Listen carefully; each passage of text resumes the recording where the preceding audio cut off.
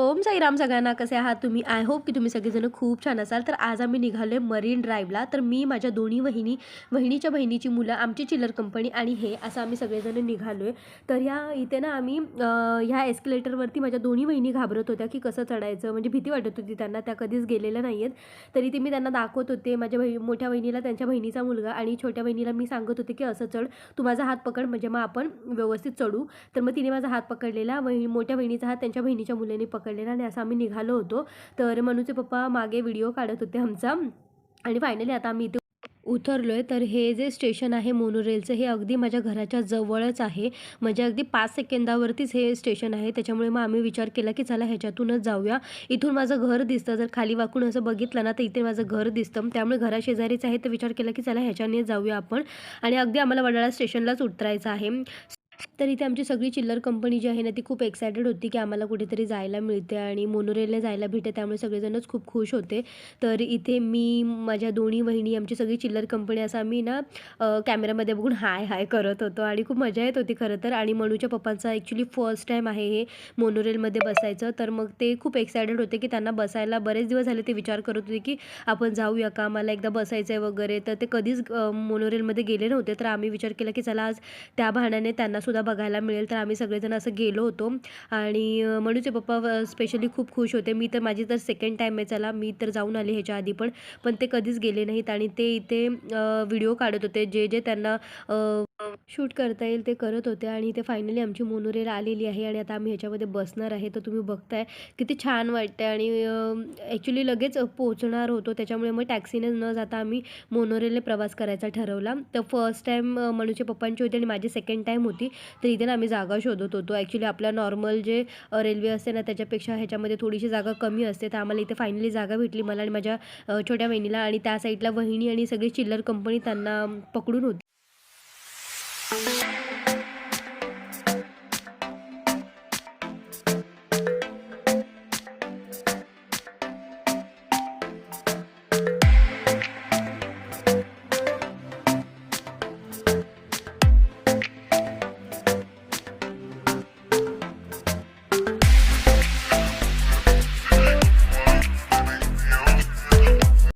तर फायनली आम्ही वडाळा ब्रिजवरती आहे. आणि इथून बघताना असं खूप काही गोष्टी आठवत होत्या, कारण की इथूनच मी डेली अँटोफिल ते वडाळा स्टेशन असं मी चालत जायचे सकाळी सकाळी 6:30 वाजता. आणि ते सगळ्या गोष्टी मला आठवत होत्या. तर खूप भारी वाटत होतं. आणि आता फायनली आता आम्ही इथे पोहोचणार आहे स्टेशनवरती. तर इथे मी, माझं आणि माझ्या छोट्या बहिणीच्या अशा गमती जमती चालू होते. हे बघा, आम्ही दोघी कुठेही गेलो ना तर मी तर स्पेशली असंच काहीतरी चाळे करत असते आणि ती खूप हसत असते. तर आता आम्ही इथे स्टेशनवरती पोहोचलो आहे.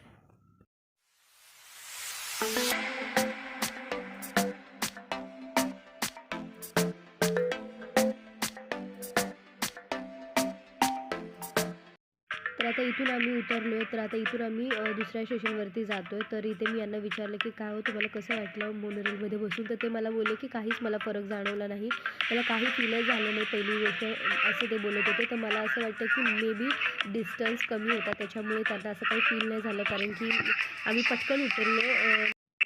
तरी ते मी आणि माझी 2 नंबरची वहिनी आहे, ते आम्ही हातात हात घालून चाललो होतो, खाली उतरत होतो. आणि माझी मोठी वहिनी आहे ती सगळ्या मुलांना सांभाळत होते. तर हे नेहमीचंच आहे, जेव्हाही आम्ही कधी कुठे जातो ना तर मुलांना सगळं सांभाळायचं कॉन्ट्रॅक्ट मी माझ्या वहिनीकडे देते, मोठ्या वहिनीकडे, कारण की ते सगळेजण तिच्याकडे कम्फर्टेबल असतात. आणि मोठी वहिनी खूप छान सांभाळते सुद्धा.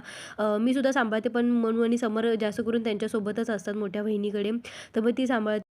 तरी ते सगळ्यात जास्त स्टेशनवरती जायची घाई मला एकटीला झाली होती, कारण की हा सगळा एरिया माझ्या परिचयाचा आहे. जेव्हा इथे आले ना तेव्हा मला खूप काही चेंज वाटलं. स्टेशन थोडंसं वेगळं वेगळं वाटत होतं, थोडंसं चेंज झालेलं आहे भरपूर, कारण की इथून मी खूप जास्त प्रवास केलेला आहे. जेव्हाही कधी कुठे इंटरव्ह्यूला जायचं असेल तेव्हा ट्रेन बेस्ट पडायची, म्हणून मग मी जायचे. मी आणि माझ्या दोन्ही मैत्रिणी माझ्यासोबत असायच्या, कायम माझ्यासोबत असायच्या. म्हणजे भलेही मला इंटरव्ह्यूला जायचं असेल ना तर त्या माझ्यासोबतच असायच्या. त्यांना इंटरव्ह्यू द्यायचा नसेल तरीसुद्धा त्या माझ्यासोबत यायच्या आणि तिथे तासनतास त्या थांबायच्या. आणि आम्ही इथून खूप प्रवास केलेला आहे, त्याच्यामुळे खूप काही गोष्टी मला सडनली तिथे गेल्याच्या नंतर आठवायला लागल्या की आम्ही इथून असा प्रवास करायचो, इथून हे जायचो, तिथून ते करायचो. आणि स्टेशन पण थोडंसं जरा चेंज झालेलं आहे. तर तब्बल 4 ते 5 वर्षानंतर ट्रेनचा प्रवास करते. मग जसं समर झालं तेव्हापासून मी प्रवास करणंच टाळलं ट्रेनचा. कारण की समर झाला तेव्हा 6 महिन्यानंतर मनूच्या पप्पांचं ऑपरेशन झालं पायाचं आणि त्याच्यानंतर लगेच लॉकडाऊन पण लागला त्याच दिवशी. तर त्याच्यामुळे मग मी फार येणं कमी केलं इथे वडाळ्यामध्ये. 1-2 वर्ष तर मी आलेच नाही इकडे अजिबात.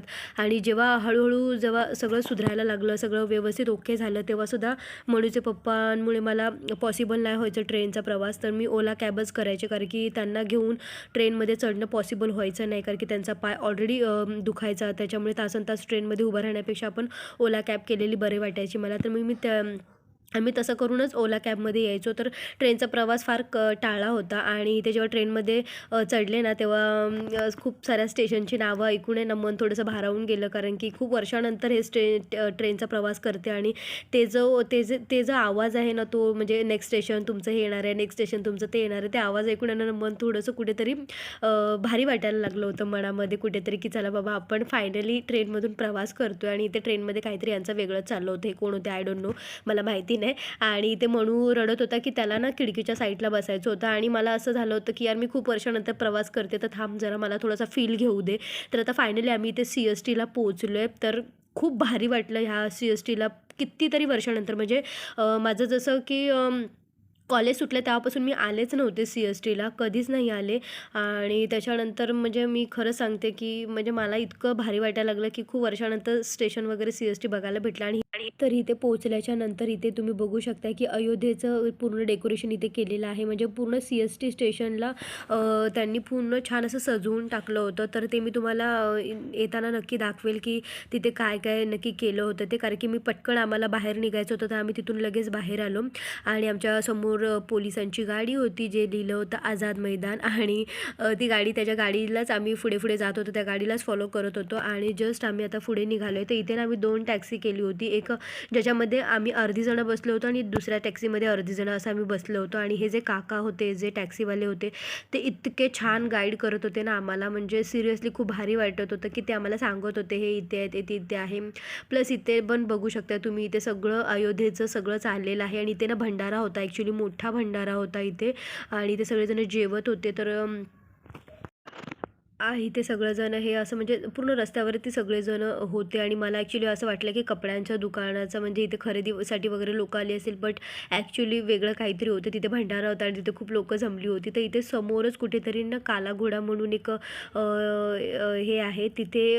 त्या काकाने आम्हाला सांगितलं की इथे तुम्हाला जायचं आहे का, पण सध्या आम्हाला टाईम खूप कमी होता, त्याच्यामुळे आम्ही मग विचार केला की नाही, आम्हाला तुम्ही मरीन ड्राईव्हला सोडा. तर इथे काला घोडा फेस्टिवल चालू होता आणि ते मला बघायचं होतं खरं तर, पण वेळ फार कमी होता, कारण की आम्ही खूप लेट निघालो होतो घरातून. आणि घरी आमचा रूल आहे की 7च्या आतच तुम्ही घरात यायचं, त्याच्यामुळे मग आम्हाला 7च्या आतच सगळं बघून घरी जायचं होतं. तसं तर मनूचे पप्पा होते, त्याच्यामुळे काही टेन्शन नव्हतं, कारण की मम्मी ओके होती, चला बाबा घरातलं कोणतरी मोठा व्यक्ती आहे.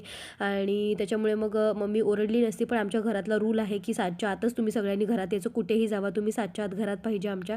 त्याच्यामुळे मग आमची घाई चाललेली की फटाफट आपण मरीन ड्राईव्हला जाऊ. खरं तर बघायचं खूप काही होतं, खूप काही फिरायचं होतं, पण आमचं ॲक्च्युली ना ॲट द टाईम आम्हाला सगळं सुचलं. आणि मग आम्ही विचार केला की चला ते तरी बघून येऊया म्हणून, कारण की खूप वर्षानंतर येत होतो. तर मग परत आम्ही मरीन ड्राईव्हवरती बसून आम्ही असा विचार केला की यार नाही, नेक्स्ट टाईमाला ना आपण खूप काही फिरायचं आहे. आणि महत्त्वाचं म्हणजे टॅक्सीने प्रवास नाही करायचा, चालत प्रवास करायचा आहे आपण, असा आम्ही विचार केला होता. कारण की CSTला मी बऱ्याचदा जेव्हा माझ्या लग्नाच्या आधी मी यायचे तेव्हा आम्ही चालतच प्रवास करायचो. कारण की इथे मी जेव्हाही इंटरव्ह्यूला यायचे ना, तेव्हा आम्ही जाताना ज्या ठिकाणी आम्हाला जायचं आहे तिथे आम्ही टॅक्सीने जायचो, पण येताना स्टेशनच्या इथे पोचायचं असेल तर आम्ही चालतच प्रवास करायचो. आणि खूप भारी वाटायचं, सगळं बघत वगैरे करत यायचो. आणि ते खूप भारी खरं तर दिवस होते खरं तर. आणि ते आता म्हणजे खरं तर पॉसिबल नाही आहे. आणि मनूचे पप्पांचं आता हे असं पायाचा प्रॉब्लेम असल्यामुळे मला फार कमी चालायला भेटतं. मी टॅक्सीनेच प्रवास करते, कारण की मनूच्या पप्पांचं असं असतं की नाही यार मला चालायला नाही भेटणार आहे. तर आता आम्ही आलो आहे मंत्रालयाच्या इथे. इथून तर खूप काही गोष्टी शिकायला भेटलेल्या आहेत मला. म्हणजे ह्या ठिकाण, हे जे ठिकाण आहे हे खूप फेवरेट आहे माझं. इथून खूप काही शिकायला भेटलं मला. मी इथे खूप वेळा आलेली आहे. आणि इथे बघत आहे तुम्ही बंगलेसुद्धा आहेत, किती छान वाटते इथे बघायला. इथलं वातावरणच ॲक्च्युली खरं तर खूप भारी आहे. तर इथे मी यायचे शिवालय म्हणून इथे एक हे आहे, तिथे यायचे एम्प्लॉयमेंट कार्ड वगैरे काढायला. तर त्यासाठी मला काढायचं असेल तर माझ्याबरोबर माझ्या मैत्रिणी पण असायच्या किंवा त्यांना काढायचं असेल तर त्यांच्याबरोबर मी असायचे, असं आमचं असायचं. तर आता मी फायनली इथे पोहोचलो आहे मरीन ड्राईव्हला आणि आता आम्ही जस्ट इथे खूप धमाल, खूप मस्ती आणि मजा करणार आहोत आणि काही फोटोशूटसुद्धा करणार आहोत. तर चला मग.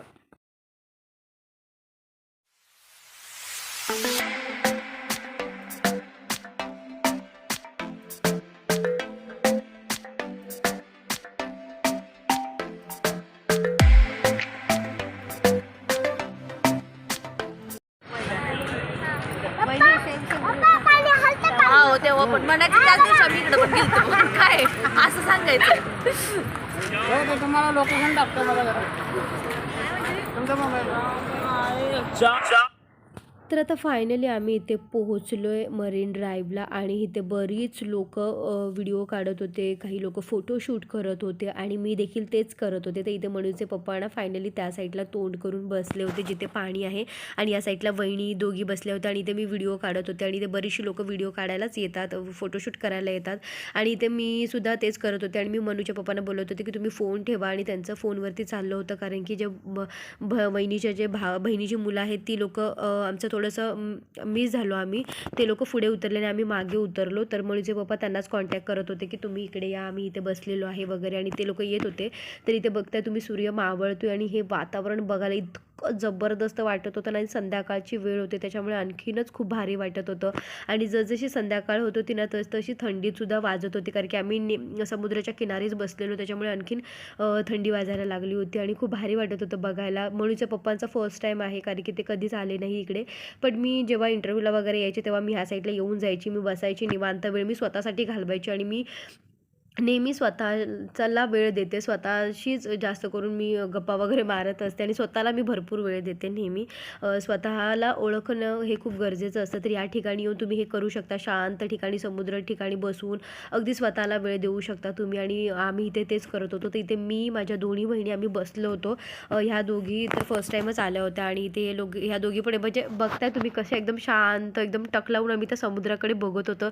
ते वातावरण ते एन्जॉय करत होतो खरं तर आम्ही तिघीजणी आणि इथे बघा जसा वेळ जातोय ना तर तसा सूर्य देखील मावळतोय आणि हे बघायला वातावरण इतकं भारी वाटत होतं कारण की आजकाल आपण बघतोय की आपलं आयुष्य इतकं धक्काबुक्कीचं झालेलं आहे की आपल्याला वेळच नसतो या सगळ्या गोष्टी बघायला, या सगळ्या गोष्टी एन्जॉय करायला. कधी दिवस उजळतो कधी मावळतो हेच मुळात कळत नाही आणि हे खूप बघण्यासारखं होतं. तर मी इथे लिटरली खूप एन्जॉय करत होते समुद्राच्या काठी बसून अगदी मस्त. खरं तर मला ना ह्या दगडांवरती उतरायचं होतं पण ते ॲक्च्युली ना आपल्याला वाटत होतं की ते जवळ आहे पण ते खवल होतं.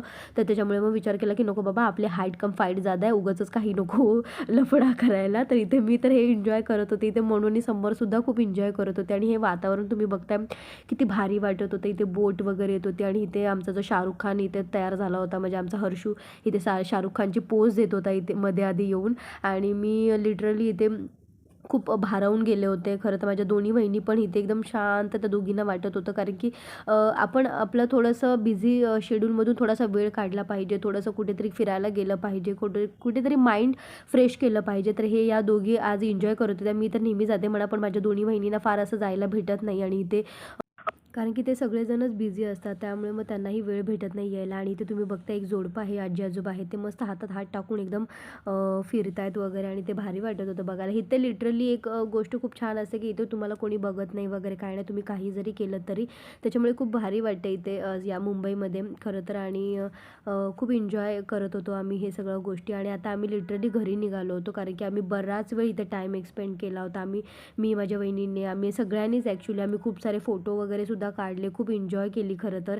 आणि त्याच्यानंतर आता 7 वाजायला आले होते आणि आम्हाला घरी जायचं होतं आणि संध्याकाळचं ट्रॅफिक म्हणजे बाप रे बाप, म्हणजे जिथे तुम्हाला 7ला पोचायचं असेल तिथे तुम्ही 9-8ला तरी पोचणार हे असं होतं इथे. आणि रस्त्यामध्ये खूप गर्दी होती होती. तर इथे आम्ही तिघंजण म्हणजे मी, मनूचे पप्पा आणि माझी 2 नंबरची वहिनी आम्ही एका टॅक्सीमध्ये बसलेलो आणि पुढची जी टॅक्सी होती तिथे माझी वहिनी, त्यांची बहिणीची मुलं वगैरे अशी ती लोकं, म्हणजे आम्ही 2 टॅक्स्या केल्या होत्या आणि जस्ट आम्ही आता स्टेशनवरती जाणार आहोत. तर चला आता फटाफट आम्ही स्टेशनवरती जातो.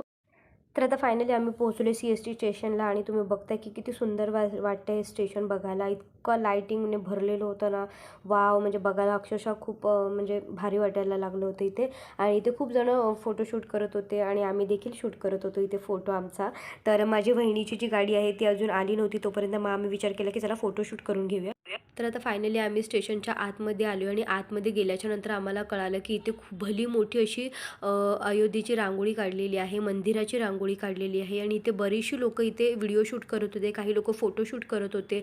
आणि ही रांगोळी बघायला ना इतकी भारी वाटत होती ना, म्हणजे आता व्हिडिओमध्ये मला माहिती नाही म्हणजे ती कशी दिसते, पण रिअलमध्ये ना ती इतकी सुंदर वाटत होती आणि मन अक्षरशः भारावून गेलं होतं ते बघताना. आणि ते म्हणजे ना मला कॅप्चरच करता येत नव्हतं, कारण की खूप मोठी रांगोळी होती ती आणि माझा हात कमी पडत होता तिथपर्यंत मोबाईल न्यायला. आणि ते खूप छान असं लिहिलंसुद्धा होतं जय श्रीराम म्हणून. आणि रांगोळी खरंच खूप भारी होती आणि ज्याने कोणी काढले ना त्याला हॅट्स ऑफ यार, खरंच खूप सुंदर रांगोळी होती. म्हणजे मी एक कलाकार आहे, मी सुद्धा खूप साऱ्या रांगोळ्या काढते, त्याच्यामुळे मला माहिती आहे की या अशा रांगोळ्या काढायला किती वेळ लागतो, किती सगळ्या गोष्टी बारकाईने कराव्या लागतात. आणि ते खरंच खूप सुंदर होतं आणि खूप भारी वाटत होतं.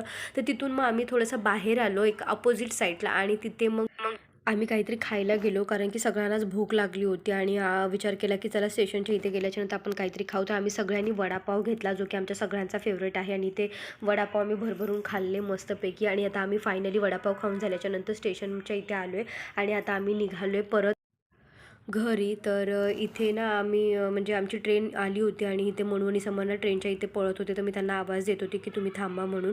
तर आता आम्ही इथे पोहोचलेलो आहेत आणि ते मम्मीचे फोनावरती फोन येत होते, कारण की ऑलरेडी 7 वाजून गेले होते आणि इथे म्हणजे खूप लेट झाला होता आम्हाला. आणि कारण की इथे मनू आणि समर रडत होते, त्यांना जे हवं होतं ते घ्यायचं होतं. तर इथे समरला तर त्याची आवडती वस्तू भेटली, पण इथे मनूला भेटली नाही आणि लिटरली तो रडायला लागला होता की मला ते हवंच म्हणून. पण ऑलरेडी आम्ही ट्रेन ऑनलाईन बुक केलेली, त्याच्यामुळे मग आम्ही विचार केला की चला आता आम्ही निघतो. आणि तसंही मम्मीचे फोन येत होते, त्याच्यामुळे मग आम्हाला म्हणजे घाई झाली होती की कधी आम्ही घरी पोहोचतो, कारण की जोपर्यंत आम्ही घरी पोहोचणार नाही ना तोपर्यंत मम्मीचे फोनावरती फोन येत राहणार आणि मग ते घरी गेल्याच्यानंतर अजून आरडाओरडा करणार. त्याच्यापेक्षा म्हटलं की पटकन आपण घरी निघावं. तर आम्हाला ना जाता वेळेस बसायला खूप मस्त अशी जागा भेटली. आणि संध्याकाळच्या वेळेला तुम्ही बघतायच गर्दी, ट्रेनची गर्दी असते आणि खूप गर्दी होती. खरं तर इथे लिटरली आम्हाला घरी येईपर्यंत जरा पण बसायला जागा भेटली नाही, इथे खूप गर्दी होती. तर आता आम्ही आमच्या एरियामध्ये पोहोचले, आम्ही तिथून टॅक्सी केली आणि आता आम्ही आलो आमच्या एरियामध्ये.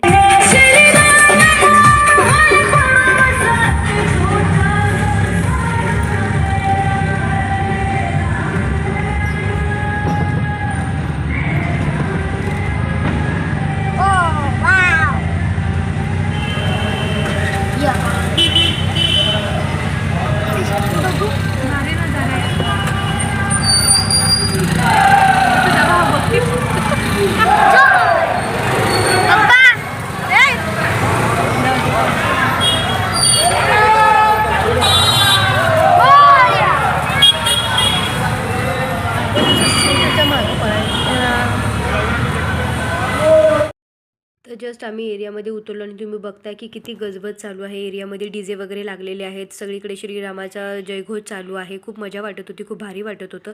तर आता मला पटकन घरी जायचं आहे आणि जेवून मला परत निघायचं आहे. तर आता मी निघाली आहे पनवेलला, कारण की 2 दिवस मी तिथे राहिले आणि खूप एन्जॉयसुद्धा केला. तर आता म्हटलं की चला आता आपल्या घरी जावं, कारण की उद्या सकाळी मनूच्या पप्पांना ऑफिसला जायचं आहे आणि मनूसुद्धा स्कूलला जाणार आहे. आणि ते मनू रडत होता की त्याला नाही यायचं होतं आणि तो त्याच्या मामीला सोडतच नव्हता की नाही मामी मला नाही जायचं आहे म्हणून. आणि खूप मोठमोठ्याने रडत होता तो खरं तर. आणि ते माझी वहिनी बोलत होते की तुम्ही राहू द्या ताई, त्याला नका हे करू. ते मनू काही शांत व्हायचं नाव घेत नव्हता.